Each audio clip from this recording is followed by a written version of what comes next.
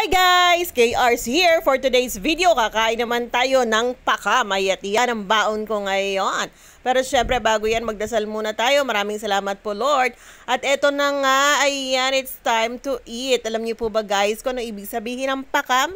Ayan po ay chicken pakam. Kaya pakam ang tawag dyan kasi ang ginawa po natin dyan ay ginisa natin sa sibuyas, bawang, kamatis at luya. After nito, ginawa natin, pinakulo natin ang mismong manok doon. Hinayaan natin itong labas ang kanyang mga mantika. At after nito, nilagyan po natin siya ng suka at hinayaan na naman natin siyang kumulo ng kumulo.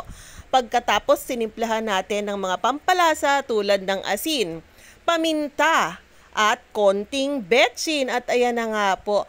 Wow! Sarap to the bone. Talaga namang malalasahan mo ang sarap-sarap ng kanyang lasa.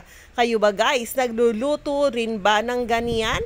Kung hindi naman, try nyo na at sigurado akong magugustuhan ng inyong pamilya. Bago ito sa ating panlasa, naalala ko tuloy ang mama ko. Kasi siya po ang nagturo sa akin na magluto niyan, pati na ang daddy ko. At talaga namang sarap na sarap ako. Luckily, nakuha ko ang recipe na yan. Kaya talaga namang nire-recommend ko na subukan nyo na. At talaga namang magugustuhan mo. Simple, madali at napakasarap pa.